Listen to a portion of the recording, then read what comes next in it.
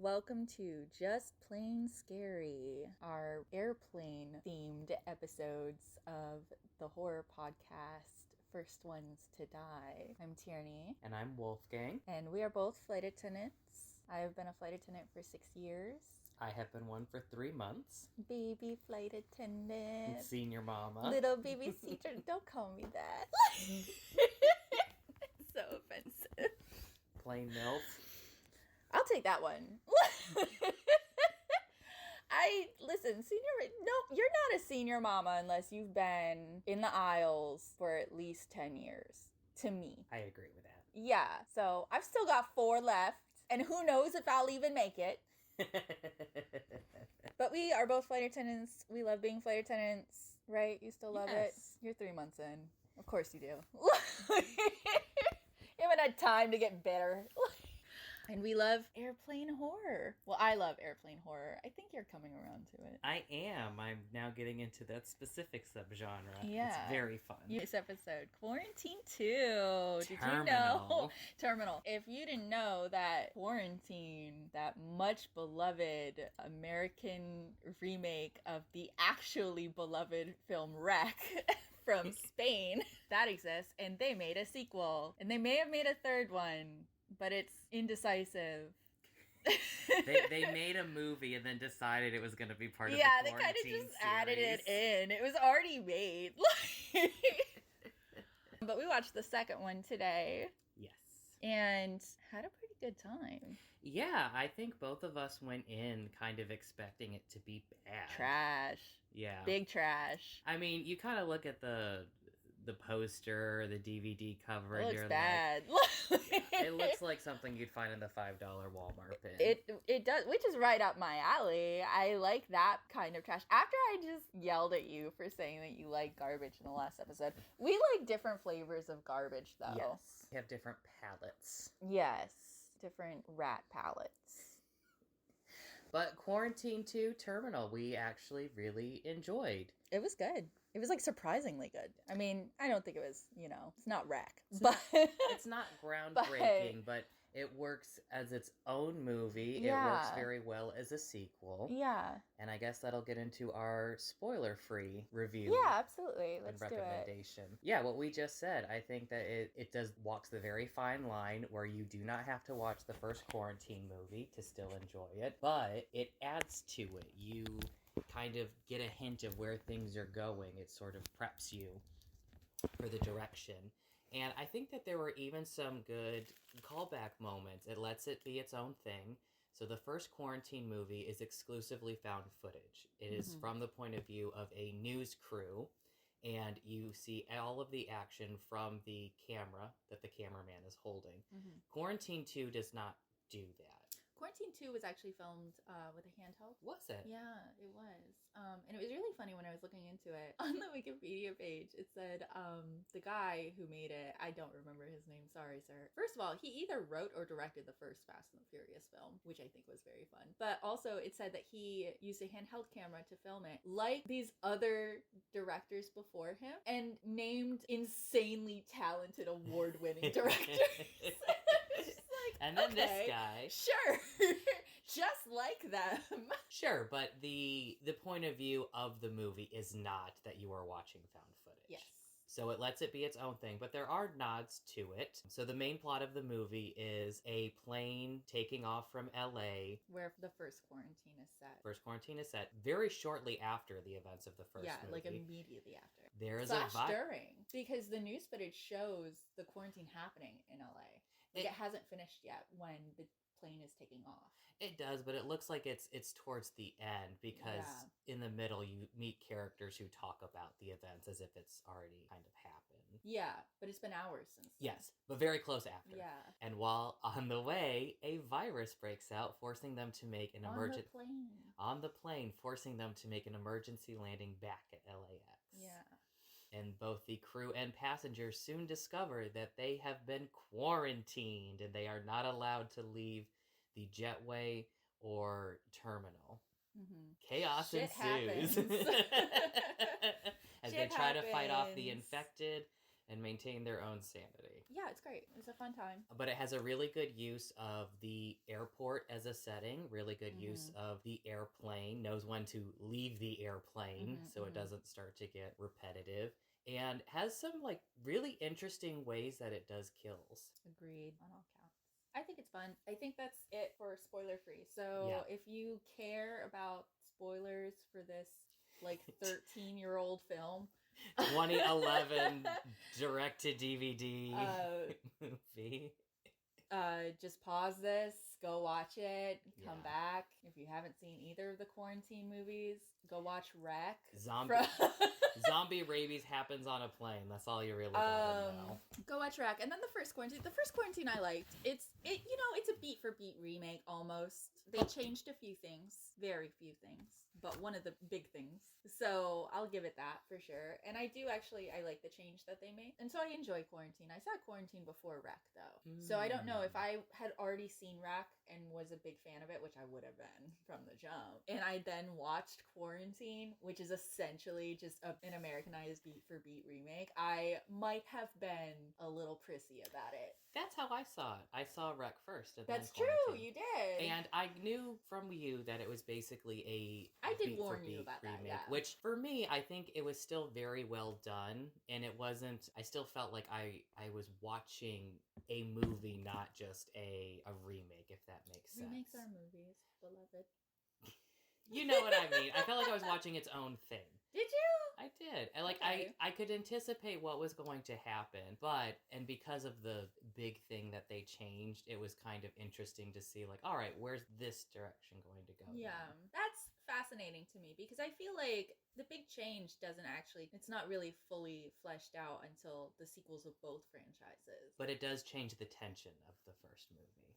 I guess. Wait, which big change are you talking about? We're in the spoiler zone, honestly. All right, we're now into spoiler zone. So you're talking about the zombie, right? Like why the type of virus? Yes. So in the original Wreck, it's due to like weird demon cult, and you don't find that out until the very end when they get to the attic. Right. But in Quarantine, it's rabies, and you find out kind of midway through that it's rabies, where they figure out what's happening.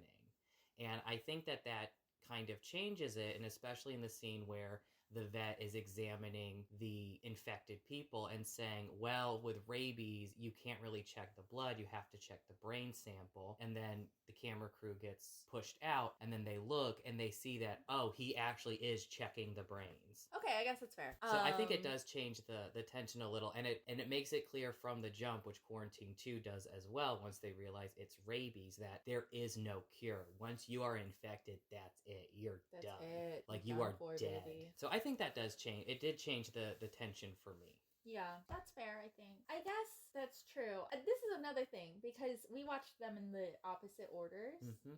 And so I think that may have affected how I thought about that. Because during Rat, where I'm like, this is essentially Quarantine.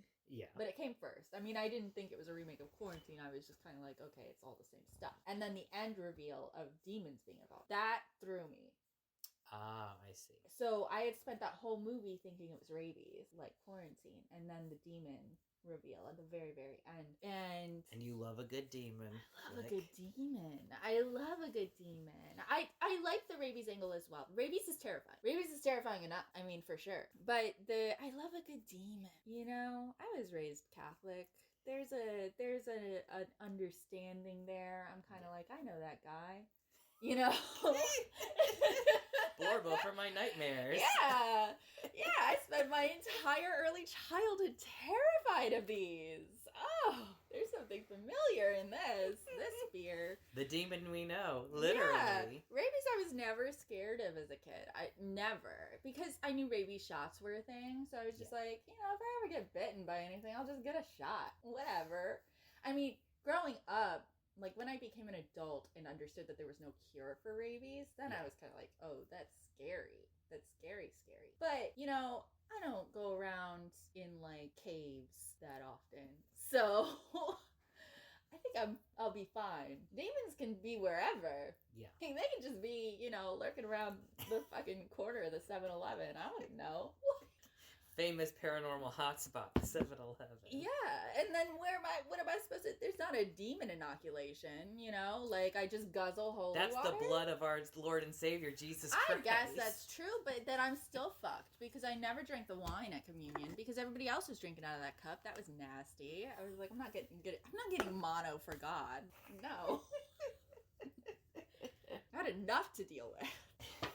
Well, it's interesting you mentioned then about how, you didn't really take rabies seriously because you knew in your head that, well, there's a cure, because both Quarantine 1 and 2 bring up the fact that when it's like, oh, this is rabies, this is serious, the medics bring that up in both movies. The regular people are like, oh, well, but that's okay. Like, they'll just get like a shot in the stomach. And the medical people being like, no, there's no cure. Like, even if it's literally just rabies, even if it's not fucked up zombie rabies, like, we're all still dead. Yeah, that's the thing. Like, immediately after you get bitten, yeah, you can get your shot and you'll probably be fine. But once it's had time to percolate, you're done. But another thing that makes rabies less scary to me is the time that you have. But you have, enough time to get to a hospital reasonably. Yeah. Again, unless you're like trapped in some cave. Don't go caving. Don't go exploring those abandoned mine shafts in Arizona or wherever that governor was. Did you see that? Yes, I did. Yeah. So, like, Mommy, Governor, whatever wants to stop us from playing in the bat-infested abandoned caves and mines. But we can't because like, Governor didn't get rid of the vampire. Yeah, and it's like, okay, what's going on in that part of the country? What are you guys up to? I thought that was an edit before I learned that they meant No, it was real. And to pull back, I think Quarantine 1 did a really good job of marrying the fantastical fear of the zombies with the real world fear of rabies. Yeah, for sure. Because the thing is, they take away that time. Yeah. You don't have time anymore. The time's gone. And also, it's not like, okay, you're not out on the street trying to rescue, like, some bad-looking dog. This is someone that you know now coming after you. Yeah. And even if it's someone that you don't know, it's still, most people aren't murderers. Yeah. Even if you're fighting for your life, it's still quite hard to just bash some old defenseless lady's head in because she's snarling at you like a possum. What do you do with that? Yeah. Okay, Quarantine though. Recap. Take the stick. So, in Quarantine 2 Terminal, we start out with our 2 flight attendants in a cab on the way to the airport, throwing their uniform on. Okay. Very accurate. Very, well, yes, accurate, but also I just want to let you know, I have watched so much flight attendant media that includes that kind of scene. Like, it includes some flight attendant getting dressed haphazardly in a taxi cab or something on their way to the airport. I think that trope is part of the appeal because you see a lot of media about like theater behind the scenes that's obsessed with showing like as soon as someone steps off stage, they're like a completely different person than the onstage persona, and they're like stripping out of the costume. I think it's that desire to see behind the scenes. Yeah. And to, they don't want to show, like, someone like me who shows up ironed. Oh, my God. Ready to You've only been here 3 months, baby. Give it a minute. Give it a minute. You'll be in that hotel van getting your tie on. Like, I promise. I'm sure. I do think that's funny, that's such a trope that people just love seeing. It really is. Behind the scenes. So they pull up to the airport. Their conversation in the taxi, though. They're talking about how they went to this concert and it was the best concert in the world. They were like, concert of their life. Concert of your life, blah, blah, blah. And then they pull out the CD. For Band of Horses. For that, I literally wrote down Band of Horses LMAO. And they're a very good band. They're a great band, but the concert of your life in Los Angeles. Listen. And it's Band of Horses. That's how you know they didn't have the budget. They offered Band of Horses a shout out. It was so funny. So they pull up to the airport, show up to their gate, find out that they have a aisle chair and an unaccompanied minor. Mm-hmm. And they immediately rock, paper, scissors as to who is going to deal with the unaccompanied minor. Mm-hmm. Real. Yep. And our lead heroine, Jenny, ends up being the one to do that. So she meets up with him. His name is George. Takes him back. And he's very sullen, and she's trying to go through. So, as a flight attendant, you have to go through certain things with unaccompanied minors. You have to tell that there's a script. You have to tell them certain things just for safety reasons. And this kid doesn't want to hear it. He's like 13. He can take care of himself. He's almost 13. Oh, okay. Sorry. He's almost 13. They almost never make me wear the UN bracelet anymore. Okay, kid. Yeah, and she just kind of takes it. She's just like, all right, well, less work for me. Keeping a positive attitude. Paula is the other flight attendant's name. They help get the character, call him Doc, who's an elderly man with Parkinson's, through the aisle chair and into his seat. Which, in reality, probably the flight attendants would not be doing that. Oh, by the way, for these episodes, we'll be the CinemaSins of plain horror. Ding! Like, ding. They would probably not be doing that. I have helped in the past, like especially if they're traveling with a fellow passenger, their companion who can lift them. I have helped in those situations, and then we don't need Prospect. But generally, Prospect, which are employees who specifically are there for wheelchair passengers and passengers who need physical help, they would generally be doing that. Because as a flight attendant, this is during boarding, you're supposed to be we're presumably doing other things. But, I'm not going to ding it because I've been in that situation where Prospects is taking forever to get there. And listen, we got to keep this train moving. Plausible deniability. Right. So, like, I've been there. I get it. That could feasibly happen. They've also meet up with their captain and FO. The FO, very first thing he says is there any coffee? So real. So real. Every time. And I'm just like, sure, let me make a full pot just for you. Just for you, because nobody else wants this shitty plain coffee. It's like 7 at night. Like, no one else is gonna drink this. And I have this whole pot of coffee now that I have to fucking deal with. But it's fine. We love pilots. It's fine. And another thing is, as they're talking, the captain notices that Jenny still has a bracelet on from the concert. And points out and asks her, like, how long have you been at this? And she says, a year. And he's like, all right, you know better. And he gives her a look. But it's a joke. It is. Like, he's laughing. They're laughing. It's fine. But it is very funny because I was like, I have never had a captain point out anybody out of uniform like that. You have people out of uniform? Out of compliance. Oh, okay. I have had, so it wasn't me, but Tyler has had a captain. Who wasn't even his captain. Really? And he was like very snippily. He was like, your beard is like half an inch too long. And Tyler was like, bitch. It was so funny. He was so funny. I met up with him at his gate and he was in such a strop. And he was like, I have to go to the bathroom and shave half an inch off my beard. I will say, not even just with media, one of the first things I notice about out of compliance is hair. Because media where you see flight attendants with their hair down, you're like, well, they're not supposed to. They will. That's so realistic. Yes, that's very realistic. It's honestly unrealistic to have all flight attendants in compliance. Yeah. That's so unrealistic. Usually it's something small, like the earrings aren't compliant. The earrings, or their nails aren't something. My nails are never in compliance, girl. I'll tell you that. But for me, hair is always, because I'm always like, that's so easy to see. Like, I know. Just throw it in a claw clip. I know, but always.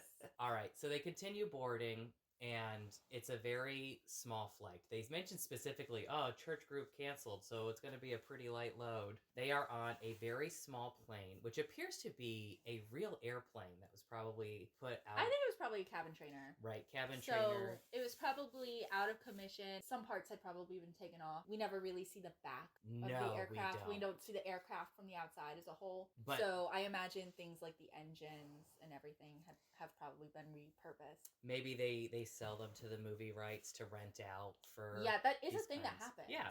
So, but it looks very real. It's not like some airplanes and movies that you can tell it's a set. You can tell it's a set. Like, I've seen so many quote-unquote airplanes, and I'm just like, that's a set, baby.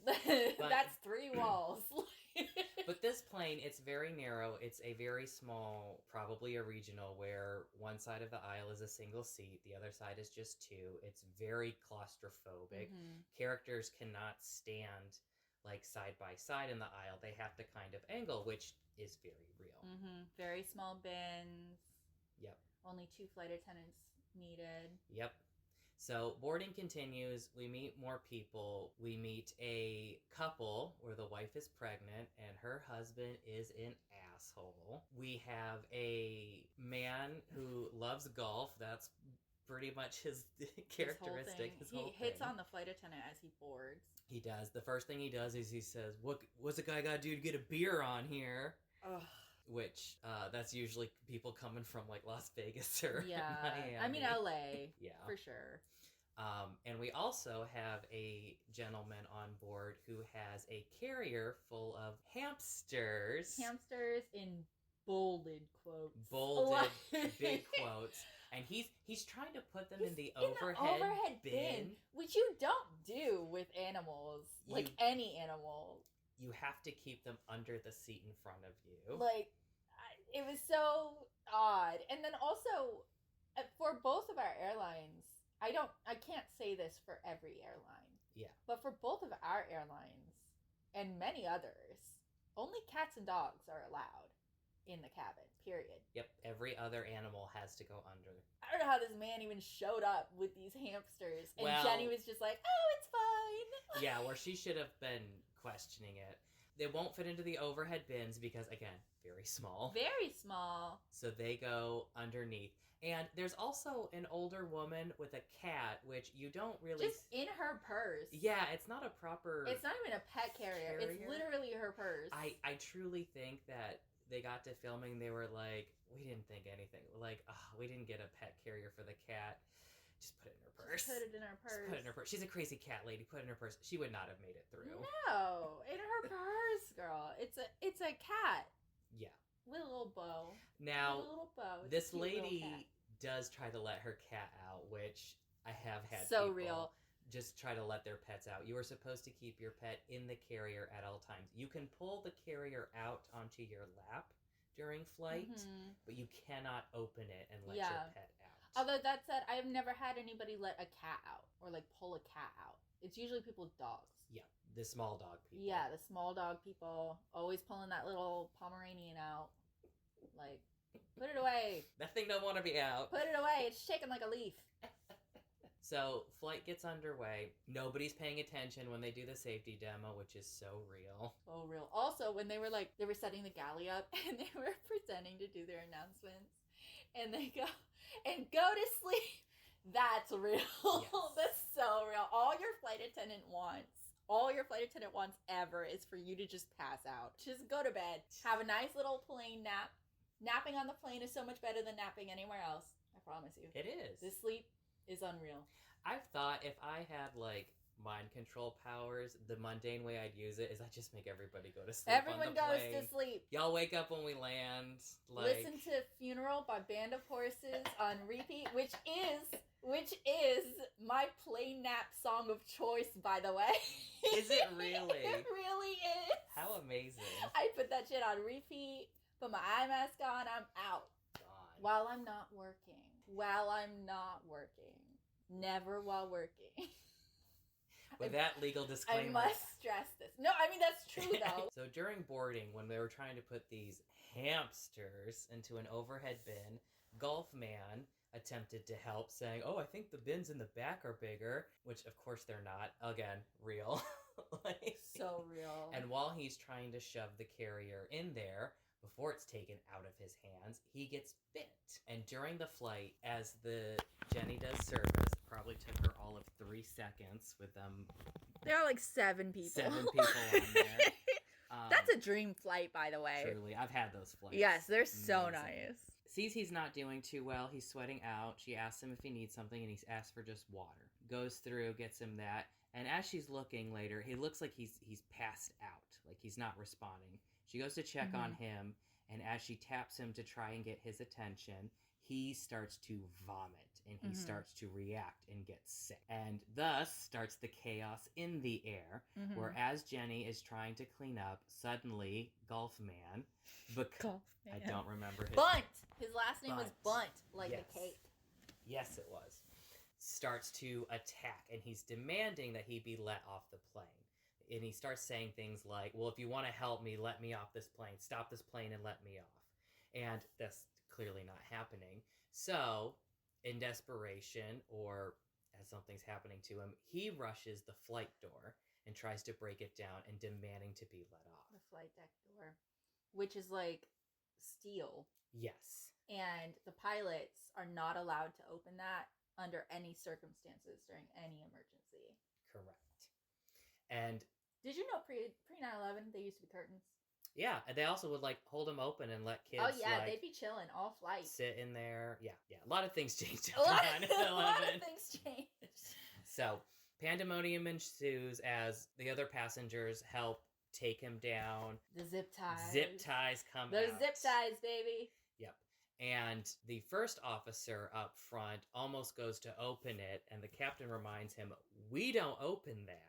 Yeah, he specifically is like, you're not compromising this flight deck under any circumstances, which is 100%. Absolutely. Like, don't do that. Why? There's that, a part that first officer, low key. I mean, I understand he's trying to help. He's trying to, Yeah. But you're kind of stupid. Yeah. Why are you the one flying this plane if you're this stupid? You're going to just open this door. This man, this giant man who 5 people are struggling to hold down and is trying desperately to violently get into the flight deck. And you're going to open that door? Yep. What's he going to do? He's going to crash the plane, brother. But with the help of the other passengers, Bunt is zip-tied. Henry, who is the man with the hamsters, ends up hitting him in the head to knock him out. After that kid, that little man, he rushed up there. He rushed up there to try to get this man in a headlock. I'm like, kid, your arms are twigs. Your voice hasn't even dropped. What are you going to do? I mean, he was trying. And then Preston was the second one. Yes. Preston, my man Preston. He isn't a man who we find out was going to an interview. He has big damn hero. Laptop out immediately. So real. And as Jenny was doing her walkthrough, she noticed that he was watching a news feed of the events of the first quarantine movie, which is that a apartment complex in LA has been put under quarantine. I thought that was Henry watching that on his little tablet. Oh, it was. I'm mistaken. Yeah, Preston was like trying to get ready for his interview. Yeah. Henry was watching it. And as in the aftermath, while they're kind of calming down, Shyla, it turns out, is an army medic. She sees to George, the UM, because he got a concussion, getting knocked around. He tried to take on this giant-ass man that 5 adults struggled to hold down. And Jenny talks with Paula and shaking, saying that, like, well, she just froze. She didn't know what to do. That it was That's real as well. It was the passengers who stood up to help when the flight door got rushed. To be fair to her as well, though, Bunt slammed her into the wall. It was a big man, like twice her size. Huge, and he slammed her into the metal atlases. Of course, she's like not going to be able to do much, and she's like 100 pounds. Yes, but that is a very real thing. It really is. Emergency situation. That's why I know, at least I was trained, that if you see your coworker freeze, you give them an order. I have even if they're technically like the leader over you, if they freeze, you have to do something. I've had it twice. I've had it happen twice. They were the one that was supposed to respond first, and they just panicked. Yep, that's pretty real. Real, unfortunately. So, due to all this, the pilots contact, and they're going to do an emergency landing down back in LA, and they're going to have to go through a lot of turbulence. And so Paula makes the announcement saying, watch Jenny as she demonstrates how to do the brace position. And the turbulence has started, and Jenny decides to do a cabin walkthrough. I mean, technically, you are supposed to do that, but they do stress that if your safety is in danger, take your jump seat. Like, worry about yourself first. But I can see some flight attendants choosing to take care of the passengers first. Sure. What we're trained to do is that if you are compromised, you can't help other people. So, like, she walks through, she sees that Preston is still on his laptop, and so she's telling him, "Sir, I need you to put the..." As they're, like, getting thrown around. I had so many passengers, I feel like that would be the case. So many. Like, I've had passengers on their laptop open, typing one-handed as they hold it as they board. And I'm just like, "Sir. For real? Is it really that desperate?" I do agree with you. I could see some flight attendants still doing that. I could see some flight attendants. But there's a part of me that's like, she is getting thrown around. Yeah, it's not safe, for sure. It's not a safe decision. And even if she can't get to a jump seat, really She'd take just an sit open in an seat. open Yeah, seat. and there's so many. And when she gets back to the front, before she and Paula finally sit down, Bunt is still lying there right in front of their jump seats and in the galley, in front of the flight deck door. And so they decide to struggle to put him in an open seat. Mm-hmm. When in reality, they would have just sat They would have down. just let him. They would They not would have have just moved let him stay there. I mean, that's his bad luck. Like, listen. They would have held him down. Yes. Because that's a real thing as well. Sometimes you have an incapacitated passenger who's stuck on the floor. You can't move them. Yeah. And you would just hold them down while you strap it. Because I've had that happen too. Like, these things do happen. I mean, I didn't have a crazed, rabid passenger incapacitated, but I did have a passenger incapacitated by seizure. Yes. And so she had to stay on the floor, and we held her down as we landed. So they land, and as they pull in, the captain is not getting any feedback from the tower. He's saying, what gate do we go to? What gate do we go to?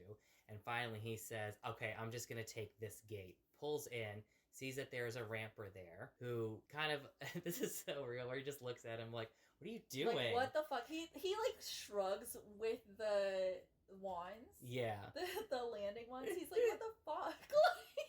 And so Captain pulls in and he says, all right, I need a jet bridge operator. And no one is responding.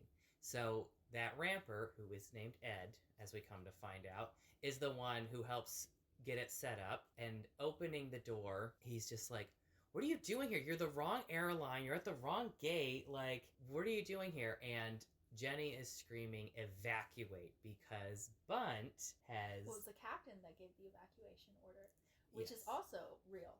Yes. We are not supposed to evacuate until the captain says, unless it is a no doubt. Yeah, it's a no. If we don't evacuate, we'll all die. Yes. But typically, you are supposed to wait for the captain to get the order, and he does not hesitate. Nope. He is evacuating that plane. And also, as soon as they're like pulled up at the gate, everyone is standing in the aisle. Oh yeah, they're ready. They're ready to leave. They are ready, bro. And also, before they even landed, multiple passengers, including George, the little kid, is like, get me off this freaking plane. Yeah. And that's always so funny. Like, I'm so sorry, but that's so funny. We're mid-air. Do you want me to throw you out the emergency exit window? What do you want? Are you going to fly down? You want a parachute? I don't get it. Bunt seems to wake up, but at this point, he is completely changed. He starts running and attacking, and they manage to get him, because he was still restrained, into the lab. He bit Paula. He bit Paula right on the face. Right on the face as she was trying to hold him down. Yeah. And so they shove him into the lab. The captain and first officer stay behind to hold the door, and everyone else runs off. And they run up the jetway, but the gate door is locked, and no one is answering. And at this point, even Ed is radioing in saying, hey, we have a medical. And of course, people are yelling because Paula has been bit in the face. She's bleeding everywhere. And so they're like, all right, hey, we have a medical. Like, we need EMTs. Get on the scene. Nobody's answering. So Ed says, all right, there's a side way we could go. So they go through another door in the jetway, which takes them into, like, the back area of the terminal. Yeah, it's like the baggage handling area where all of the rampers do their ramp business. Yeah. Which rampers, unsung heroes. Truly. I mean, and my man Ed really encapsulates that. Like, this is why I'm nice to rampers. So he takes them around, but he finds out that every single exit has been locked, even things that are doors that are never locked. Mm-hmm. And when questioned, he says, well, it's electronic. He realizes we're on lockdown. I'm like, what do you mean lockdown? It's a security measure after 9/11. Like, he says, have you ever heard of 9/11? Yeah. It's so funny. And he specifically brings up terrorism. Yeah. And he says, so we are locked in for some reason. They wander around, and Shyla, the army medic, says that she can help Paula, but she needs to get her kit, and it's under the plane. And so Jenny and Ed, I like this part where Jenny says that, like, oh, I know how we can get to the hold. There's, like, an extra door, located under the entrance. And he goes, are you sure? And she goes, yeah, I just did, like, my requalification. Like, I know this plane. It was mad funny. I've never done a qualification for getting into the baggage hold ever in my life. She just memorized the little schematic they give you. What does that mean? What do you mean you've done a requalification? So you've qualified for it before? I would like to qualify for it. I want to know what's going on down there. So she and there's other and at this point the passengers are getting loud. They don't respect Jenny as an authority at all. They're like, "How old are you?" Like, you don't know what's going on. Why should we listen to you? It was. How old are you? What do you mean? What? She's clearly a grown woman. Right. And some of them are yelling for their bags, which real. So real. And so some of them follow back just to get their bags out. Like Preston is like, I left my laptop in there. That has important documents. So my whole life is on that laptop. Preston, that's sad. And they're also, it still clearly hasn't sunk in what's happening. So like they're just like, well, oh yeah, they're all in shock. They're all in shock. The pregnant woman is talking about how like I can't miss my sister's wedding. Preston's like, I have a job interview that I have to get to. Like it clearly hasn't sunk in. So they're not in survival mode yet. No. They're literally just like, this is an inconvenience. Yeah, this is fucked up and scary, but I want to be home. Yeah, this is just an inconvenience at this point. So a lot of them head back. And as soon as they head back, they see that the captain and FO are not at the lab door. Everyone's gone. And the elderly man who had to be helped in the aisle chair is still sitting. And as it was explained when he's introduced, he has Parkinson's, so he can hear them and understand everything. He just can't talk very well. Mm-hmm. And so he's trying to use his eyes to look down to show that the restraints holding Bunt are ripped open and bloody on the floor. The blood is everywhere. Blood is everywhere. Jenny opens up the bathroom. Bunt is gone. There's blood everywhere. It's Gore City. Preston finds his laptop. He got his life back! And so they cut open like a square on the carpet and pull away, I guess, an emergency trapdoor in order to get under the plane. And then they drop in. And I will say, again, I think this was just a real plane. I think it was like too, it's because that does exist. Like, there is a way to access the baggage hold from usually it's from a galley inside the plane in case there's like a fire. Yeah. And also just the inside of like the underside, like again, it's like the cabin. Very it's cramped. Claustrophobic. It looks beat up, like there have been years of luggage thrown years of wear and tear. They all search for their stuff. It turns out that the hamsters have gotten out of the carrier, that due to turbulence, the cage busted open. Who could have foreseen? And as one of the hamsters wandered across screen, I was like, that's a rat. And this is what I think was very... You said specifically, you were like, girl, that's not a guinea pig, that's a rat. I forgot he said hamster. I said, they're supposed to be hamsters. Those are two different creatures.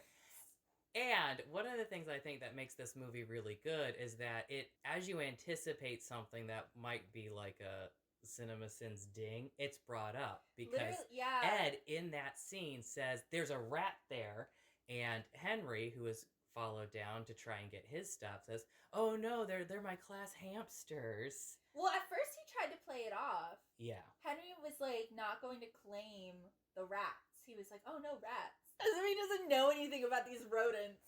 And nobody else clocks it. Jenny isn't like, didn't you bring rodents on the plane that are now loose somewhere? That comes later. But at first, he was seriously like, oh no, rats. And then it's only when you see the empty carrier that he's like, oh no, guess I lost. $5. Yeah, because he makes a joke earlier that like they cost $1 each. While he's like, that's his flirting with Jenny, by the way. It's so creepy. He's like, you want to see these $1 hamsters?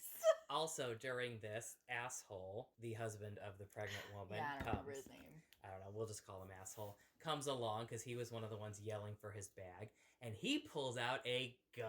He pulls a gun out of his bag. And even Ed's like, whoa, what the hell? He's like, things are happening, man. This is like... It's like, I've got a gun, I've got extra ammo, we're set. I never travel without this. Okay, LA man, big man, talking on your cell phone during the flight. Truly an asshole.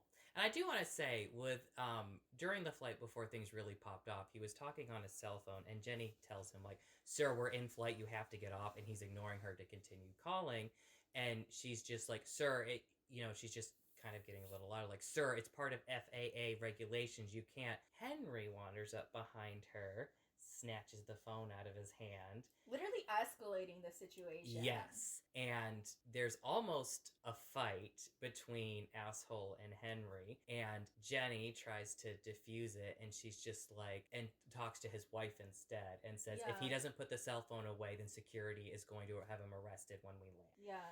And things sort of calm down a little bit. I don't know about in 2011. Yeah. That was before my time. But you can talk on the cell phone during flight now. If you're at altitude. Oh, we can't. Really? No. Use of Wi-Fi to make voice or video calls is not allowed. Ooh, that's interesting. No. My airline said, yes, go ahead. Use headphones, though. Use headphones, though. Why are people allergic to headphones these days? So they leave the hold of the plane, and as they're coming up, Jenny sees that the FO is crawling in the back like an animal. It was so funny. He shies. I mean, it was startling, but it was funny. Yes. He shies away when she shines the light on him, and you can see, like, in the darkness, something behind her, and she finally turns, and it's the captain. That was a moment. That was genuinely very scary. That was a moment. It didn't even... You know what's interesting about these sorts of movies is... Yes, I mean, some moments are genuinely scary, but more often I just feel sad. Yeah. Because I'm like, no, they clearly were friends. They were, and when the captain and FO were holding down the lab, Jenny tried to wait for them and said, let's go, and the captain was the one that says, go get help. Yeah, like they literally sacrificed themselves to let her and the passengers get away. Yep. To safety. And as Jenny was scanning her flashlight around before seeing the captain, she sees Preston's laptop on the ground, bloody, and no Preston in sight. No Doc either. No Doc either. So the captain attacks, there's a fight, they manage to get away, and in the jet... Asshole shoots him. I guess he was justified. I mean, you know. Broken clock is right twice a day. So they run out into the jetway, and Doc is in a wheelchair, and Preston is dead on the floor. And clearly, we don't see it, but clearly he tried to save Doc and get him out of there. He gave his life literally by abandoning the laptop. That was his life. And then again, literally. To carry Doc to safety, because he had to carry him to put him in the wheelchair. Because they have to bring the aisle chair down. Like, he didn't even try to save himself. He could have just ran and left Doc for dead. He could have left Doc to be, rabies food. But instead, he tried his best to save both of them, and he got killed for his trouble. Yeah. Sad. So they grab Doc and they take him out the sideway into the baggage area. And Jenny realizes that Doc's caretaker, who was on the plane with him, is up at the gatehouse banging, crying to be let out. Jenny goes up to her trying to help her, but upon turning realizes that she's also been infected. And is chased back through the door, which they now have to barricade to keep out.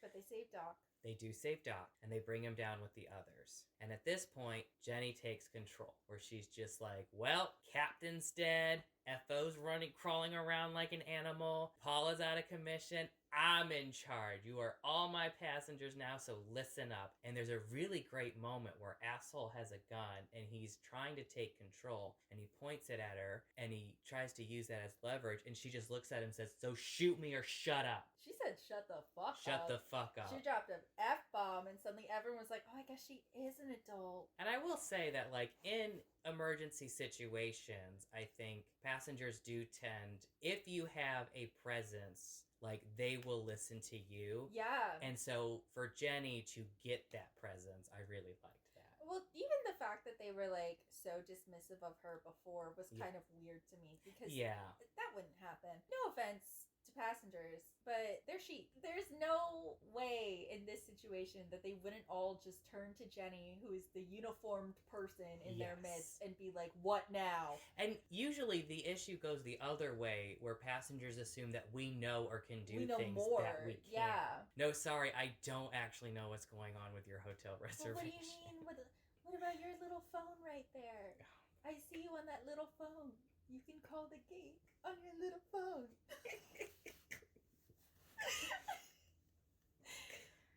It's so, it's like, I don't know how to explain to you the closed circuit system. also don't know how to explain to you without hurting your feelings that like they don't care about you, one person missing that flight. Bro. They want to be on time. Listen, I'm honest about that. I don't chill for these fucking airlines. Bro, they don't care about you. I'm gonna be so honest. They don't care about you. Just run it, maybe you'll make it. Listen, maybe Fuck there's these a airlines, delay. bro. Like I always just tell them if it's a tight connection, like, listen, you never know what can happen. Like, just go to the gate. That's anyway. true. I say that as well. I'm always like, listen, I've seen weird things. I have seen weird, crazy things. You know, it's always a possibility. However, you booked this with a 27-minute connection in Dulles. You're not gonna make it. But try. And also, the best thing you can do is check the screens because we may not. Well, check the app. Yeah, you don't even have to go to the screens anymore. Check the app. Yep. Check your little app. I know y'all got them. Check your little app. They'll email you as well. At this point, you'll get a notification. You will know before I know. I don't think they understand that. I've had passengers tell me that a flight I'm working is canceled. And I had no idea. And also, just in general, the idea of like passengers seeing you in uniform, like, and if you're in any airport in uniform, someone will stop you and ask you questions every time. And even they'll ask you questions about other airlines. Oh yeah. They'll be like, "Where's my United flight going, buddy? I don't know. This is my first time in this airport." So that also did register to me as a little weird, but I was like, okay, I see what they're trying to do with her character of like, she's stepping into this role. But in reality, I think the passengers would be like, what's happening? Tell us what's happening. Oh, 100%. Like, and she'd have to be like, girl, I don't know. She'd be having to push them off of her with a broom. Yeah. Take what do us we do? out. Yeah, like, take us out of here. Get us out of here. You know the door codes. Do it. So at this point, Jenny has taken control. George climbs up on some stuff to look out a window, and they realizes that there are police, there are fire trucks. Basically, it seems like help has arrived. But what ends up happening instead is they are told that they are now put under quarantine and they are not allowed to leave. And even the window that George is looking out of gets sealed off, a la what happens in the first quarantine movie. Mm-hmm. Tarps. The tarps off. Never a good sign. Never a good sign. That tarp goes up, ooh, dead in the water. Is this at the point where George realizes Henry's accusing him? Yeah, is accusing Henry of being shady? George is the one that brings up the fact that hey, there are apparently rabid rats going around and infecting people. This man literally brought a crate of rodents, and also I saw those rodents had tails. It's very funny where he says, "When I was little, he's 12. I had hamsters. They don't like 3 years ago." Yesterday. And this is also what's infuriating, where like Jenny's just like, "Oh no, you don't have proof of that. You don't have proof of it." Like she does ask Henry. She's like, "Are you being serious?" And Henry's like, "Yeah, I'm being serious. I didn't have rats. I had weird Ecuadorian hamsters that apparently have tails." And Jenny's just like, "Yeah, that sounds right." And George looks at him and says, "You just made that shit up." It was so good. George, the man of the hour, like truly the child of the hour, wonder, seeing through the bullshit. I mean, listen, this kid, huge Jason Todd energy, crossover of my interests. So I think this is now at the point where the men in suits contact them. Yeah, the CDC. The CDC come in and they're men in full hazmat suits. CDC in quotes. In quotes. With hazmat suits and assault rifles. Fucking assault rifles. That they point at them. Locked and loaded. And they put some sort of serum in Doc, who was bitten by one of the rats. Which is what prompted the discussion for George. Which everyone got... I've never seen people snatch a rat raw-handed so quickly before. No, it was Ed. He was wearing his ramper glove. Love-handed. And it's at that point where they look at it, and Shyla says, "This is a test rat. Like, this is a lab rat. Something's happening here with these rats." Yeah, because the rat had a tag on it. Yes. So that's what prompts the discussion. CDC people come in, they put... And also, you pointed this out, but those rat actors fed well. I love... Fed well, groomed. Once you know how to read, like, especially animal body language, it's so delightful to look at movies. Looking, you're an animal empath. Because, like, you see this rat that's supposed to be like this rat's body language. It's supposed to be this mangy rabbit thing, and like it's a plump, it's so clean, silky coated. It's a clean ass rat. Like it's the cleanest rat I've ever seen. It's doing its little trick. It's yeah, it's gonna get a little treat. It's gonna get a little treat. That's like, especially if you can read dog body language, like, it's ruined because... Yeah.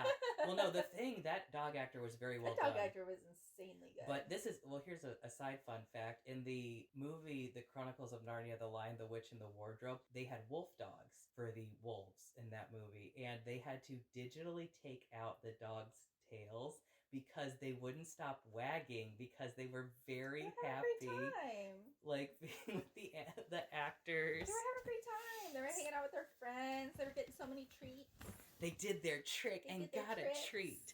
And so it read wrong, so they had to make them more menacing. So anyway, CDC, in quotes, comes in.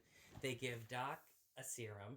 They give Paula a serum, and they say, all right, this is protocol. If you all want to get out, you need to take this serum. And the pregnant lady's like, I'm not taking something if I don't know what it is. Tell us what it is. Which and fair. Yes, and the head CDC guy says, you know, it'll all be explained. It'll all be explained. This man says as he explains nothing. Yes, and at one point someone yells, and explain it to us now. Yeah, it's so real. And then they point guns at them, so... You're holding me at gunpoint and you want me to inject this weird-ass vial of things into my body. I've already had a lot of trauma today. I don't need this. Eventually, the elderly lady with her cat says, all right, I'll do it. And so there's CCTV cameras that are watching everything. And so the CDC men say, all right, look at the camera and state your name. And she does, and she's holding her cat. Her little emotional support cat. Her emotional support cat, Which, if it's an emotional support cat, that can be out of the carrier. Yeah. I've never seen an emotional support cat, but... Not raw dog, and it needs to be on a leash. Yeah. The cat who we saw licking up the blood... Which, clean-ass cat as well. It wasn't even licking up the blood, it was licking up the vomit when he vomited. Oh, I thought it was blood. No. It ate his vomit, dude. Well, That's why it was so gross. We were both like, ugh! And so she's holding this cat, would not keep it in the carrier, in her little purse bag. And as they're... Which, if that cat was in a carrier, that could have been avoided. Yep. And so they go to stick her, but the cat reacts, bites her, and runs off. And the CDC men immediately say, the cat's infected! Kill it! Kill the cat!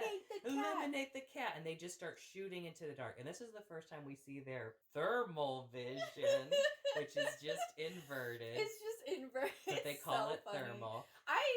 We were talking about this because I remember when I discovered that you could invert the contrast of a photo and make it look like an Evanescence album cover. I was like 12, and bro, that ruled my life. Every photo that I took, I would upload onto my ancient Toshiba laptop that sounded like a fucking dragon every time I turned it on because it was fighting for its life. And I would just edit the hell out of those photos. Estoy cansado, jefe. Estoy cansado. So they run off, and as they're trying to get this cat, Doc starts to turn. And one of the CDC men is a little further out, and he has his back turned, and Doc leaps out of his wheelchair. It's a miracle. And bites this man's neck. He bites that man's neck out. He goes for it. It was very Rick in The Walking Dead season 4 finale. Real ones know it was the end of the good parts of The Walking Dead. Like, it was the last good episode. But so pandemonium ensues, and the remaining CDC men grab their injured friend and they try to drag him out, and then they realize they have now been locked in. So they draw back, point guns at the doors, shoot them till they open, and run out. And we haven't mentioned them, but there was a young couple who I believe were French. I think they were tourists. They were definitely not American. No, and they were, I believe they were speaking French, but they were, like, making out in the seats. And I kind of like... She was, like, going down on him in the seats, bro. Yeah, and there is a moment where Jenny walks by and lifts the blanket that she's trying to hide under and doesn't say anything. And even that was like, okay, if that was for real, number one, she probably would have said something. And number two, she would have immediately gone to Paula. She did, though. But it wasn't immediate. No, it was. I mean, Henry was there, like, trying to take up her time. But as soon as she, like, gave him the brush off, she went up to the galley for some galley gossip. Yeah. That's real. That was real. That's real. And I will be so honest with y'all. If you act a fool, we're going to talk about it. Anything embarrassing that you do on an aircraft that a flight attendant notices will be told to all the other flight attendants in the galley. We won't know your name. It will happen.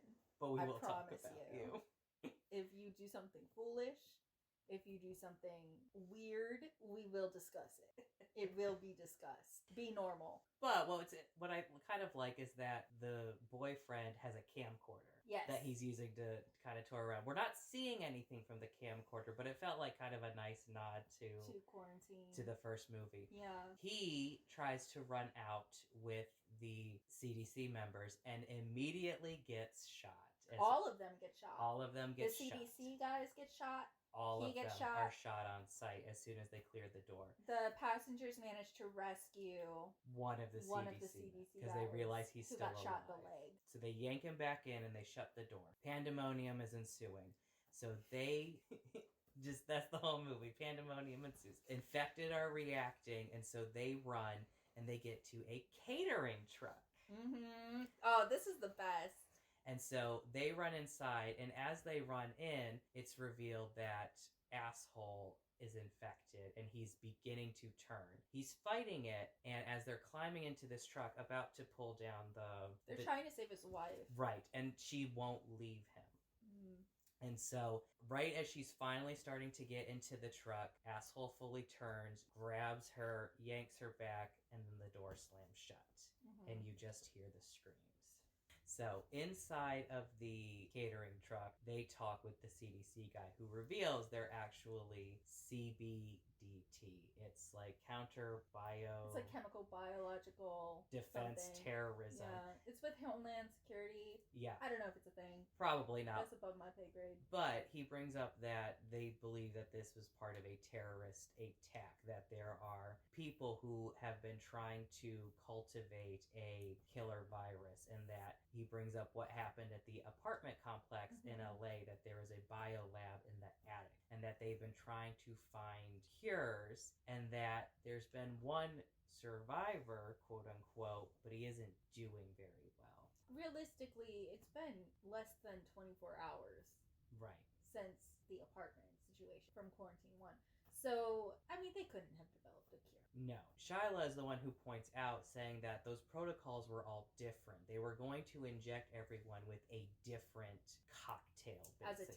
As a test. And that's also why they wanted them to state their name before being given it. All this comes out. George accuses Henry again. Jenny sticks up for him. George is on the real track. I mean, George, you've got investigative journalism in your future. I feel like CBDT guy basically is just like, yeah, we're not getting out of this one. Fuck this. Manages to take the gun from Henry, who had taken the gun in the commotion, kills himself, and exits the scene. Done. Real. I mean, would you rather go with a bullet to the head, quick, simple, easy, or having yourself, like, ripped apart by zombies, essentially? They're not zombies, but, you know. Essentially. Ed, the ramper, reveals that he thinks he knows of a way out. That there was a sewer line under what was supposed to be Terminal F, but the airport ran out of money, so it was never finished. And they ask him, do you know where to go to get there? And he says, no, but I know how to find it. And as he talks, the FO makes his appearance again, coming in from a small window up at the roof, grabbing Ed's arm, and struggling to try and bite him. Ed, thinking quick, hits a button in order to activate the the riser. Because these catering trucks, they have to... They lift because what they do is they switch out the galley carts. So they're responsible for all the snacks and sodas, making sure the flights are fully stocked. And different aircrafts are different heights. So the catering trucks need to be able to lift and lower to reach them properly. Which I think that's got to be the best kill of the movie. Yes, it's got to be the best kill of the movie. Absolutely. And so slowly it rises, and the tension builds, and the tension builds. Finally, the FO gets crushed. It was tense, too, because Ed's my man. Yeah, we liked Ed. Ed, superhero ramper. I'm there. I love my rampers. Practical-minded, was very much like, all right, here's the next thing we're Very gonna much do. a ramper. That's what they're like. So they run out, and they are searching for, it turns out to be like a little office area. And as they're running, French girlfriend gets taken, and was lagging behind. She got taken, and lagging behind. She wasn't really lagging behind. She was just at the end of the line. That's true. But it's really fascinating because she gets snatched, and at that point, it's like, all right, they got her. We got to keep moving. And this was really the first time that they didn't try to save somebody. Up until this moment, they had been going back for everybody. They had been trying to save as many people as they could. This is the moment where it's a turning point for all of them. They're just like, okay, this is survival mode. We have got to go. If one of you gets taken next, that's it. That's it. Like, I have got to get out. And they also notice Henry is missing. Henry's missing, but they don't look for him. Nope. They're like, we gotta go. They just keep going. Turns out Henry goes back. He gets more ammo out of Asshole's bag. He's retrieved the handgun, and he's looking for his briefcase. And it's so funny because at one point when there was all this pandemonium, he pulls Jenny aside and he's like, hey, I know this sounds silly, but like back on the plane, did you see my briefcase? Which is just so weird. He's been weird from the jump. I mean, he claims he's a kindergarten teacher with classroom hamsters. First of all, why do you have classroom hamsters that you're traveling with? They're from Ecuador. Like what? My sister is a kindergarten teacher, by the way, and her class has a pet turtle. She's not traveling with that fucking turtle. That turtle's not going on a plane with her. She will find a turtle sitter. Yeah. In what world? Yeah, he's been off from the jump, but he's not there. So they make it so it's Jenny, George, Shyla, and Ed. And they make it to this office area. And Ed's telling them, okay, we're looking for blueprints. Look for something that says Terminal F, searching through it. George, who has had his backpack up till now, goes into a side room, pulls out Henry's briefcase that he stole. George is the moment. And is looking through things. Jenny realizes he's dropped off to the side, comes over, and this is where she finally sees that, oh, he's one of the weird doomsday cultists who is trying to cultivate a super rabies. Right, but the CDC guy also explains that in addition to creating this super virus, they were also trying to find the antidote so that way they could be immune. And George sees there's a little case with a vial in it, and he pockets it. Shyla finds the blueprints, they look over it, and as they're looking, because this little office isn't fully closed off, it's basically it doesn't have a ceiling, because it's in a big warehouse. It's just walls where management would sit. Yeah. So, pregnant woman and the asshole appear. The married couple's back. Yeah, and like he's like standing like a gargoyle. They both were. It was so creepy. Yeah, like, and as they attack, and so they start to attack, and you also hear cat yell. Oh my god, it was so funny. It's the most like it was such a disjointed, weird scene because there was so much going on. And you just hear like cat screech MP4 over all of it. Like it was so weird. It was just reminding you that the cat was still a thing. Yeah, it was such a weird sound effect as this like fight scene's going on. So you can't take it seriously. Yeah. Because it just sounds so silly. Puss wanted a bite too. Oh my god, like what was the cat doing? We don't even see the cat. No, we don't. We just hear. We just hear these cat yowls. And Henry appears, shooting the couple, saving the day, supposedly. Saving the day, sure. And then they realize that, oh, he's bit. George confronts him again. Jenny now believes him. And he had a whole rant when he was trying to flirt with Jenny on the plane about, like, oh, it makes you wonder. She's like wonder about assholes. And he's like, oh, it makes you wonder about how we're going to make it as a species. Like, it's like just trying to do something. Like, What? And That's not he's like- sexy. Nihilism is not sexy. And he's just like, Jenny, I told you, I'm one of the good guys. I'm trying to do something. Doing something. He pulls out the gun, holds the gun on Jenny, demanding the serum from George. Mm-hmm. And in the scuffle, Ed tries to get... Ed rushes him. And tries that's to get the gun. scuffle. And And- he shoots Ed. And Ed's just dead. It's so sad. And it's so quick. My poor man, he didn't even get to go out with a bang. Well, there was a bang. It There was was just a very bang, short. but it was just such a weak one shot and he's dead. That sucks. But I He's like been that. such a hero this whole time, and he gets one gut shot. Yeah. Okay. So Henry holds Shyla, Jenny, and George at gunpoint while he injects himself with the serum. And at this point, In his eye. he numbs it and then he puts it in, and they really let you see it. It's like up close. It wasn't as gross as most eye stuff is for me. Eye Yeah. stuff, that's a huge gross factor for me. Yeah. But I could watch this one. And at this point, Tierney and I looked at each other and we were like, that survivor wasn't doing well. No. So I think this movie, it doesn't try to subvert your expectations. It sets things up. Yeah, that's the thing. Every single comment that we made throughout this movie was answered almost immediately by the film itself, which I think is good writing. Yeah, like as soon as your audience goes, hey, what about Yeah, that? they anticipated every, hey, what about that the audience might have and answered it. And that's good. I mean, it's simple, it's not groundbreaking. Listen, this quarantine too. Yeah, it's not groundbreaking. They're not trying to reinvent the cinema. wheel. But I think that's a sign of good writing. Like, you Yeah, anticipated everything that your audience might ask. It's solid, and you Yeah. don't try to like, oh, aren't I more clever than you? You Yeah, thought it was like, gonna no, be. that's not the point. They're not trying to, like, hoodwink anybody. No. But I did think it was really funny. The whole time that he's, like, injecting himself with this fucking eye shit, he's literally just going on his eco-fascism rant. Oh my god, the man does not stop talking. And he's trying to radicalize George. As George is standing there, like, I've hated you since On Sight. It's also, this movie does a thing where, like, they try to make it when he's on screen where it's like, oh, isn't he cute? Like, no, he ain't. No, he's not. He looks like any other man. It's so funny. He's like, don't buy into big government.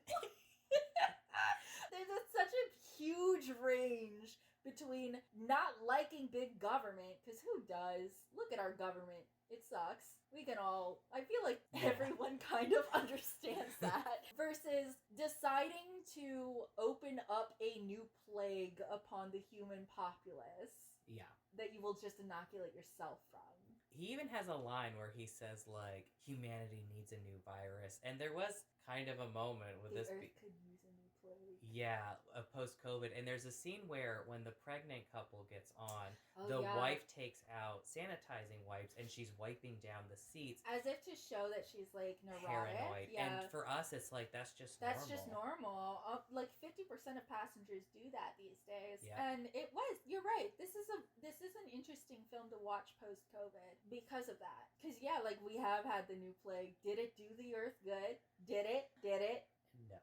I think the eco-fascism's lost on this one. And hearing him go on about it, and I was like, okay, Thanos, like, shut up. Yeah, truly. The thing that gets me about all of this is, okay, eco-fascist, nihilist man, but you're not willing to let yourself die for the cause. Yeah. The population's too high, we're overpopulated, we're overusing our resources, oh, blah, blah, blah, blah. Okay, kill yourself then. Go die in a field, become Like, fertilizer. Yeah, like, you're part of the problem. You exist, you use resources. How Really? many resources did you use to make this fucking virus? It's not really eco for them, it's ego. Yeah, so true. Ego-fascism strikes again. Yep. So after Henry injects himself in the eye with this serum, and he even makes a comment like, oh, I didn't even feel it. Like, he didn't think It the was drops so were going to funny. And work. all of them are just like, Staring at that the three of survivor them. didn't do well.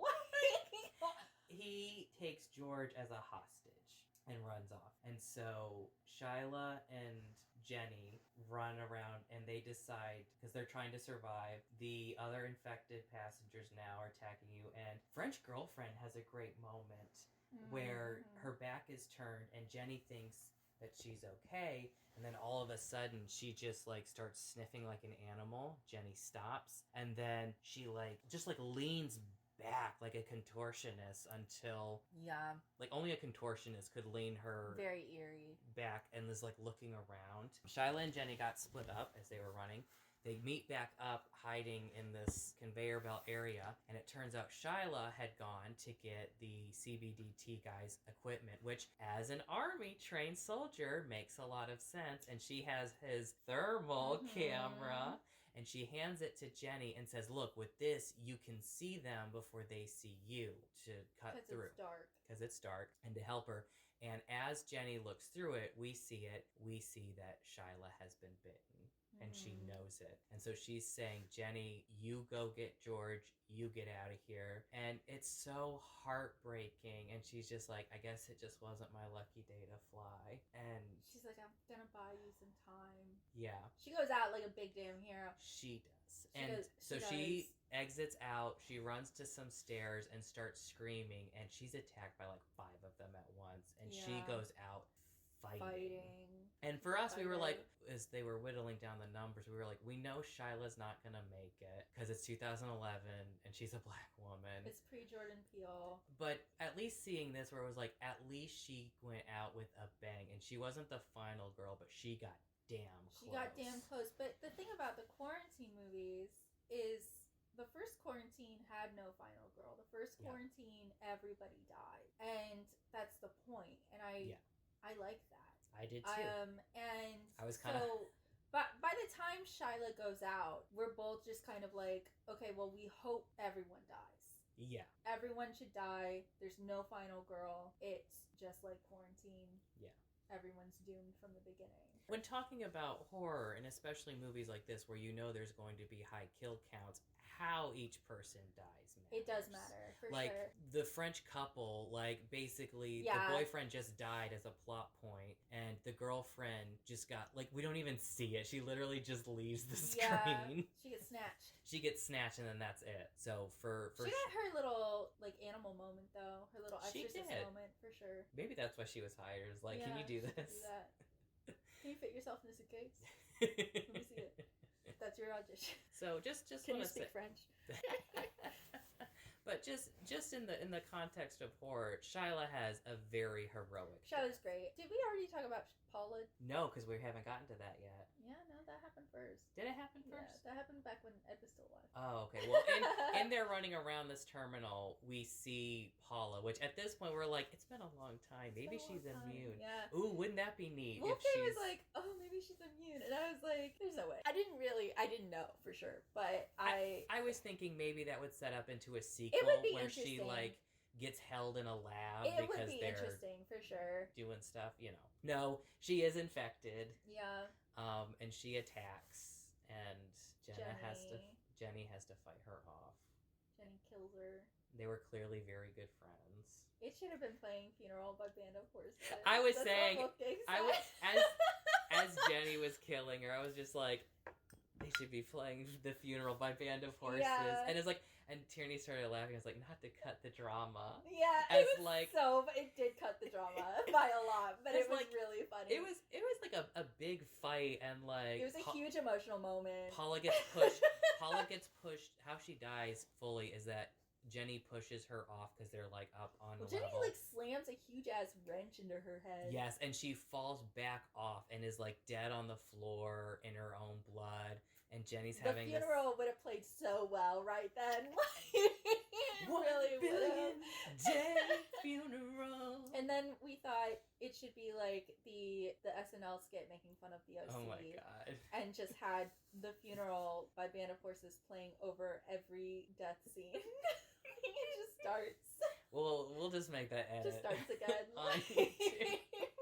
So, Jenny's on her own. She has the little thermal camera. She's wandering through the dark. She finds George, and he is split from Henry. And he's down in another area, like down a ladder, and he's terrified, and he's telling Jenny to just leave. Leave him there. Don't come here. Leave him there. Jenny goes down to help him, and she asks what happened. And he says as soon as Henry snatched him, he went crazy and tried to bite him. Mm-hmm.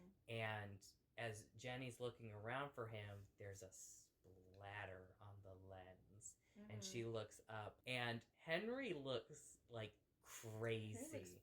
He's like clutching onto the ladder like a weird gecko upside down. And I appreciate when movies do this where the characters clearly can't see because it's dark, and so Jenny and George end up trading on and off wearing the thermal goggles, but we, the audience, can actually see what the hell is happening. So when Jenny is fighting off Henry, you see the eye he injected it into, like, it's messed up. It's not just bloodshot like the other infected victims. Mm-hmm. It is wrong. Not only does he have rabies, but he now has like extreme Pink eye. Yeah. That's really what's wrong with him. It's the pink eye. Yeah, it's the pink eye, bro. It's bad. So there's a confrontation. Jenny and George win, and as they're sort of trying to catch their breath, they realize that the authorities are going to burn down the terminal with them inside. So they rush over, find the sewer entrance. It's not a sewer, it's like a drain pipe. Yeah, like a drain pipe. When there's like heavy rain. Yeah. Oh, yeah, that's what it is Ed sees the blood draining in the catering car, and he realizes the sewer there's a drain pipe for them. Not the sewer. Correct. Whatever. Wolfgang's like any tunnel underground, that's a sewer. Baby. The spiritual sewer. It could be a shitless sewer. There's shit in it. It's a clean sewer. Yeah. It was a bougie sewer. It's one of those gentrified sewers. So Jenny breaks open the entrance because the padlock is rusted. George is understandably freaking out, and Jenny takes off the goggles and hands it to him and tells him to go ahead and to go through. And as they're crawling through, George looks back and hears that like Jenny's panting really hard. She's having a hard time breathing. Looks at her, and that's when he sees that she's been bit. Mm-hmm. And it's a genuinely very emotional moment where Jenny's just like, just go without me, and George doesn't want to leave her behind. Mm-hmm. Where he's like, no, you won't hurt me, it's okay, just come with me, and there's a frustration where it was like Jenny was believing Henry's bullshit, but like George is 12. He's 12. And she's been protecting him. He imprinted on her. She's the same age as his stepmother. They bonded. They trauma bonded. And he's crying as he says She's been his guardian this whole film. You know, she came back for him when Henry kidnapped him. Yeah, she saved him several times. He clearly has had a huge emotional connection to her. Yes. And that's real. That's absolutely. If you're a kid, you're in a scary situation. It doesn't matter how independent you think you are, you're going to look to the first adult that you can find that you trust. Yeah. And that was her. Yeah. So they continue on crawling through. And Tierney and I are just like, if I was Jenny, I'd just turn around. Just turn around. I was so upset. I mean, I understand her following him in because he wouldn't get in. Yeah. Unless she went in with him. But once he's that far along, she can turn around and just speed off. Yeah, or just call after him like, yeah, keep going. I'm right behind you. Yeah. But there's a grating, right, because it's a storm drain, that Henry is able to just fit himself through, and he takes off the goggles, and it's daylight, and you hear birds chirping, and he looks back and he's like, Jenny, we made it, and he stands very close to that grate, and Jenny lurches through, completely infected. And he had been wearing a blue hoodie, zip-up hoodie, this whole time, and as she launched at him, her teeth grabbed onto the blue hood, which he unzips and rips off the hoodie, and they give time for him to look at her so you understand that, like, she's not there at all. It's not Jenny. Yeah, I thought she had bit him at first. I saw that they were careful that you could only see that. I thought that she had bit him with the hood. And then it turned out that she didn't. Like, he was fine. Yeah. Which, not to advocate for the death of a 12-year-old. But I wish everyone had died. Yeah. I thought for sure when you saw the light at the end of the tunnel. Yeah, like I thought she was going to snatch him at the last minute. A la the first right. quarantine movie. Yeah. And then that didn't happen. I understand that they're like, oh, it's kind of a hopeful ending, you know, oh, the kid escapes. Oh. But you're a quarantine movie. Come on, kill everybody.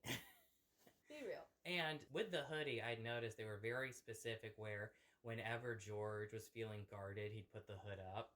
Whenever he was feeling more confident, he'd put it down. He's so edgy. Literally, with his bright blue. He's so edgy. He reminds me of, like, when you as a kid wanted to be emo, but you couldn't have emo clothes. He had that kind of, like, between emo emo and like Justin Bieber haircut. Yeah. He made me feel like I was watching like a diet Josh Hutcherson. Yeah, I got that too. He reminded me very much of it. It was like the We Can't Afford Hutcherson. Yeah, like the Bridge to Terabithia Hutcherson. Well, he was too old for that role by then. 2011. Oh yeah, he would have been. Yeah, but it did feel like that. It did. It was kind of funny. I had that same thought, especially at the end. Yeah. I was like, oh, this is the knockoff. Yeah. But he stands up with the fence in the airport behind him, and he walks off. Terrible green screen. This is the worst effect. So bad. It was so bad. It was. The rest of the movie was so good, and it like, was so visually. Jarring. We both busted out It laughing. was so funny. And we were like, "Oh no! Oh no!" You said not that green screen, girl. It was bad. It's really bad. But he walks off, with the dawn. And then we get a scene from the point of view of the goggles that he discarded on the forest floor. And we see through the goggles the cat covered in blood wandering off into the streets of LA. To infect the unsuspecting. I like that the use of the goggles. I think they did it very well. I do wish we could have seen the cat, which was a white cat covered in gore. I know. Wandering off. What's the point of having a white cat in a horror movie if you don't dirty them the fuck up? That old lady didn't want her cat getting messed up. That so cat... They weren't allowed to. That cat should have been looking like the cat from Pet Sematary by the end. Come on. Oh my god, the scream. It was horrible. And that's literally when we saw it. It was like, oh, that's why they put in those cat yeah, screams. it was... So you didn't forget that there was a cat in the movie. But it still was just so jarring. Like, is this rabid zombie cat in heat? What is happening? It's not even in the room. So the cat insert sound from a mixing board and that green screen at the end are really the only effects that were bad. I would agree. I think overall they did a really good job visually, for sure. We both liked it. It was a good movie. Yeah, the credits started rolling and we looked at each other and we were like, hey, that was good. Yeah, like, was this good? We were fully expecting this inaugural episode to be us dunking on some trash. Garbage. And it turned out to be a whole feast. It was good. I'm shocked. We were expecting to be raccoons dumpster diving. So I did look up when it was released, because it was released in 2011. Okay. And I was like, how funny would it have been to release this film on September 11th?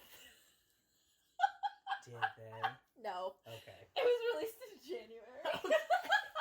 You have me going for a minute. But it would have been funny, though. They should have. They should have sat on that. Thing called 9/11? They should have sat on that until September 11th. I wish they had. And I wish they'd killed everybody. But it's fine. I do. I wish that that little kid had been snatched at the last minute. Know. And then you saw the cat wander off. Like still contained, though. Yeah, for sure. So it's like, oh, okay, well, the threat was still contained, kind of like the apartment in Quarantine 1. Well, like, I would have liked if he had been snatched at the last minute and the goggles fell in the scuffle. And then they're aimed outside, right? And the cat walks by on the outside of the grate. Yes. And that would have been the end. Done. Cat's out. Virus is out. Cat's out of the bag. Yeah. Because the thing is, in Quarantine 1, the dog is out. Yes. The dog that's already infected. So we know that the virus is out and about. Yeah. So there's also a really great, if you've watched the first movie, a great fake out where when you first meet the first officer, the guy who's like, is there any coffee? He's sick. And he mentions something about like his dog. Yeah. And so you think that's where it's going to come from. So if you've seen the first one, you're like, oh, it's going to come from the flight deck. Ooh. Nope. Which it makes sense that it didn't, because if that was going on the flight deck, I don't think these rabid zombie-esque people would know how to open the flight deck door. Yes. So it makes sense that that's not how it worked. Right. But it was a good fake out. It was a great. I liked. It was the kind of nod for fans of the first movie that isn't like a It was like a ooh. Do you think it's him? Psych. So would you recommend this? I would absolutely recommend Quarantine 2. I think you should watch the first one because you don't have to, but I think it would enrich the experience. Yeah, and it's a better film. Yes, it is. But I'm really pleasantly surprised. Like we said earlier during the spoiler-free, they make very good use of the locations in the airport. They know you get the claustrophobia of the initial attacks in the airplane, and then you get to move to more locations. I would also recommend it, and the first quarantine. I also highly recommend watching Wreck. And I also think I really like the great use in horrors when you go back to a location and it's changed. So when they go back to the airplane and it's even creepier. Oh, it's so eerie. Yeah. I will say, since this is the first episode of Just Plain Scary, we plan on doing this a lot, and there are going to obviously be a lot of like survivalist situations on planes that we're going to be watching. I personally do constantly think, what's my game plan for if a zombie outbreak happens on my plane? Like zombie outbreak specifically. I don't have a game plan for terrorism. Truly, I just don't care. But zombie outbreak, I am constantly strategizing. I want to see a plane horror where like a zombie or whatever happens and they get the crash axe from the flight deck. Yeah, hell yeah. Because that's the thing when you learn in training, like, oh, there's a crash axe, where you're like, oh, that's so cool. Then you see it, and it's like tiny. It's tiny, and it's in the flight deck, so we don't even get it. The pilots have that one, which is so weird, because why do they have it? The crash axe is for if there is a fire in the fuselage or in the baggage hold. Yeah. So we can get to it to fight the fire. So we can literally bust open the wall of the aircraft to get to the fire. And it's locked in the flight deck, which makes no sense. But all of that said, what rating out of 10 would you give it for accuracy when it comes to our job? I was actually pleasantly surprised. I felt like, you know, for the most part, it was. I would give it, I got saying something like a 7. Ooh. Because you did mention earlier when they're rolling up to the gate, they talk about like, oh, we should transfer here and then do these long hauls to like Tokyo and whatever. And that's clearly a regional. They're not doing a transoceanic. Like you said, it could be a case of this is just the smallest jet that the airline offers. So I'll give it a pass for that. And even stuff where it made me pause, but there's some plausible deniability there. And the same reaction I had with the aisle chair, where I was like, no, there'd be someone there. And even in reality, they did, you know, movie magic to avoid this, to avoid extra actors. But like, really, there'd be more people on board during boarding. Like, you'd have the gate agent come on. Yeah. You'd have the people helping with the wheelchair. That kind of thing. And I don't know if maybe this is a different policy, but usually it's the gate agent that walks down the minor to the aircraft. Like that's usually the case, I would say, as well. This might shock you. Yeah. I'm gonna give it a 9. A 9? Okay. A 9. There were some things that made me pause and be like, I don't know that would happen like that. But the thing is, it's 2011. Yes. And I can't say for sure, you know? There are just some things where, you know, maybe. And even in the case of something like the rodents on, where it's like, well, you're not really supposed to have them. Like, how many flight attendants do you know who just be like, oh, that's weird, but then, like, let's just get through it. Yeah, let's just get through it. I got one flight to work. Yep. We're getting back home. Yep. Yeah, for sure. That's why I'm kind of like, the biggest thing for me was the transoceanic mention. But then you said, well, maybe it's the smallest plane, you know? Because my airline does transoceanic. Yeah. But we, up until recent, I think they phased them all out. I think the same with my airline too. But they did have same with mine. Planes that were that tiny. You know, 90 seaters, 2 flight attendant. Yep. Like, tiny. So it's possible. And even if they did phase them out by now, in 2011, they still had them for sure. So I'll give it a pass. But yeah, there were a couple of things where I was just like, I don't know. But I will tell you, having watched a lot of these movies, this is absolutely the most accurate one I've seen. I think I'll raise mine up to your 9. I haven't seen as many as you, so I think maybe that's why I are. But in the general, like, I had out a notebook to take notes, to ding when something was inaccurate. I think the real most inaccurate now is the passenger reaction.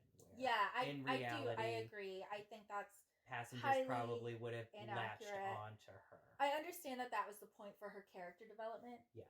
But realistically, they're sheep. They're following the first person. And they're terrified. They're terrified. They're sheep. They're following the first person in a uniform. And, you know, it's like, well, you have, you know, emergency training. Right. It's like, well, I don't have zombie training, but... Yeah. It's a very specific emergency training. no, I think it was highly accurate, like shockingly accurate. So I'll give it a 9. Are you ready for the game?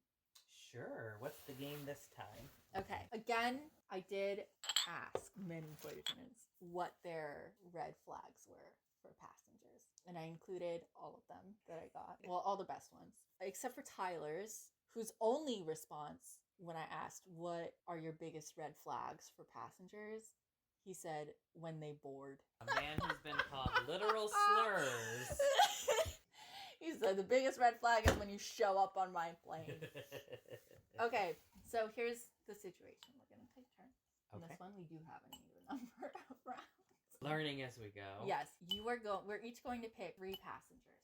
Okay. They each have a general description. And then each of them will have 2 red flags that we pull from this book. Okay. And then we each have to guess who the other would prefer to have in this situation. Quarantine 2 situations, so zombie, rabies, whatever, outbreak on your plane. You now got to deal with this. You've got to assemble your A-team. Who are you picking? But I have to guess. Okay. And if I'm right, I'm the best friend. Okay. If you're right, you're the best friend. If we're wrong, we're not really friends at all. Ooh, high stakes. I know. This may be the end of the podcast. Yeah, we'll continue as acquaintances. All right. So pick 3 passengers.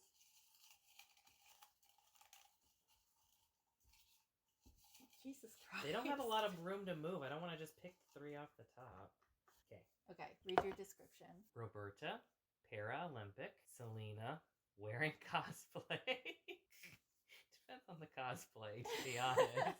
Alexei, polyglot. Okay, now you have to pick 2 red flags for Alexa. I think it's actually Alexi, but it's Alexi, okay. Asks about a meal on a 30-minute flight. Ooh. She's a polyglot. She's got money. That's why she's asking. You know what a polyglot is? Yeah. Having the resources to learn a lot of languages. I just assume you have to have money. No. All right. She is also FaceTiming loudly without headphones, which is even worse for me. It is so much worse. Okay. Now for Roberta. She takes a pill and washes it down with a cocktail. To be fair, you don't know what the pill is. I don't know what it is. It could be a vitamin D pill. Sure. On the phone during safety demo, which again, this is at the point where on my airline, you are not to be on the phone. I mean, that's every airline, yeah. I think I pulled them out. Okay, so the cosplayer, Miss Selena. I got all women. Was that intentional?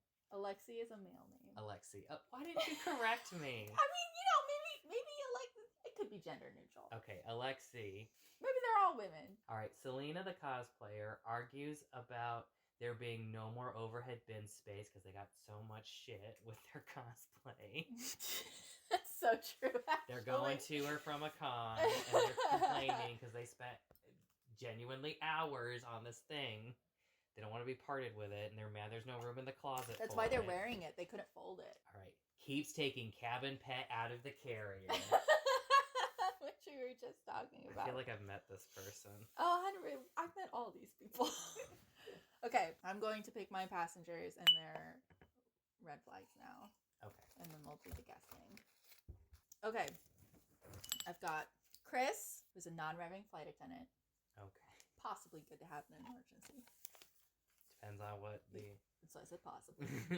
Jody, mother of 3. She lets you know it. Her kids are screaming. Oh no, she's on vacation, by the way. And then TJ, an electrical engineer. Oh. And then Chris's 2 red flags are asks creepily where you're staying that overnight. So that was literally your situation. So here's the thing. Flight attendants don't have to be in uniform when they non-rev on flights. And so sometimes you'll be talking with who you think is a civilian passenger, and they all of a sudden start asking you very personal questions about, where are you staying? What hotel? Yeah, which hotel are you at? Oh, what are you planning to do? And then it's only like 2 minutes into this conversation where you're giving evasive answers, they reveal that they are also a flight attendant and they are just talking shop with you. Mm-hmm. And then his other red flag is asks for a shot during pre-boarding. That's just non-revving shit. That's just non-revving shit, honestly. If it was for any other passenger, it would be a red Absolutely flag. not. But for a flight attendant who's non-revving, I get it. Literally, you just made a normal person. Yeah. Like, you're gonna pick Neither him. of these are red flags at all for this person. I already know who you're gonna pick. It's gonna be him. Like, we're done. The game's over. I win. Okay. For Jody, mother of three, comes on with a drink from the airport bar. Yep. Not supposed to do that. It's a no-no. It's a no-no. Gate agent's supposed to catch it. They never do. And then moves to the emergency exit row without permission. Literally the bane of my existence. I had that happen on my first OE flight. Oh, it's such a headache.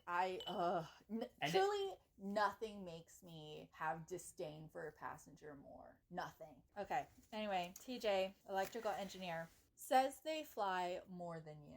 Every time. It's so funny. I can guarantee you don't. I don't know why they think that's like a cute line. It's so funny. I truly, it's laughable. And ignores my greeting when he boards. Actually, at a meeting, like, one of the mentors basically brought that situation and said, listen, when that happens, just let them have their moment. Like, yeah, I actually, that's not a huge red flag to me. I don't really care.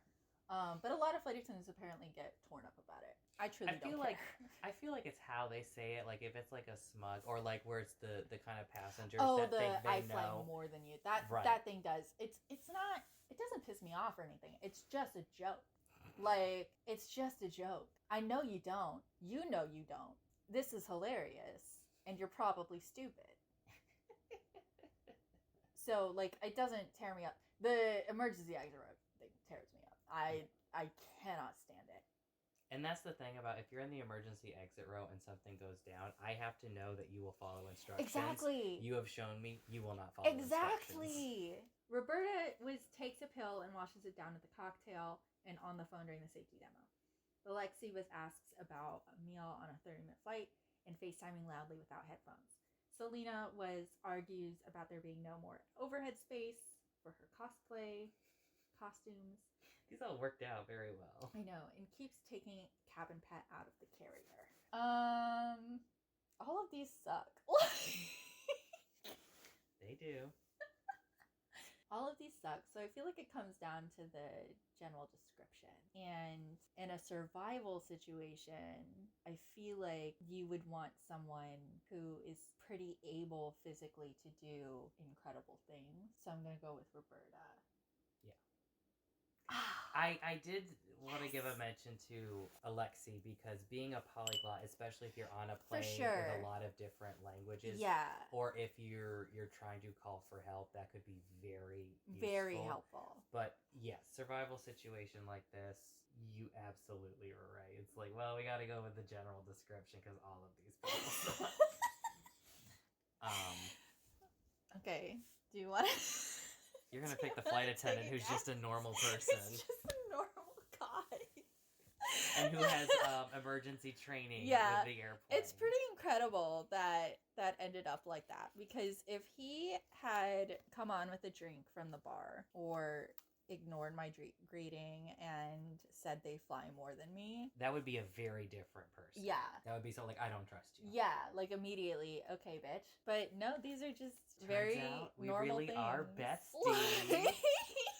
Well, we'll see you next time with Red Eye. Ooh. Starring Irish King Cillian Murphy. I actually know literally nothing about it. Excellent.